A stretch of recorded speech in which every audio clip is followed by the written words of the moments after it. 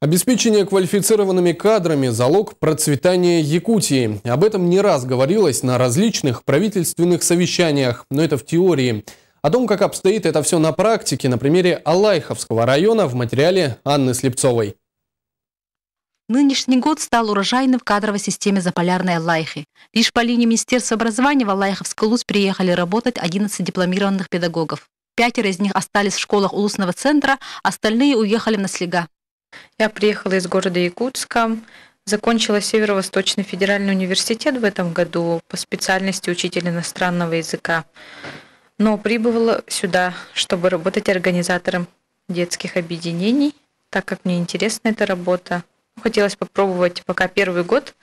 И сами что окончили и по направлению, наверное, по Министерству образования, например? Да, в 2008 году я закончил исторический факультет, работал в Сунтарском районе, потом в городе Якутске. И, мне посоветовали поехать на арктические улусы, поработать, для себя что-то новое открыть, новые земли посмотреть, с людьми пообщаться. Начальником коммунтепласбыта государственного унитарного предприятия жилищно-коммунального хозяйства филиала Алайховского улуса с августа этого года назначен молодой специалист Юрий Спиридонов из Амги.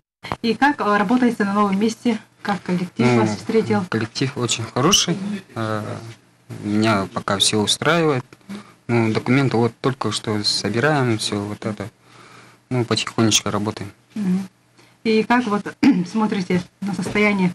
На состояние жилищного фонда коммунитета? Есть проблемы, но вот это будем потихонечку решать. Пожелаем нашим специалистам плодотворной работы на новом месте и надеемся, что каждый из них сумеет внести посильный вклад в развитие района и полюбит наш северный край.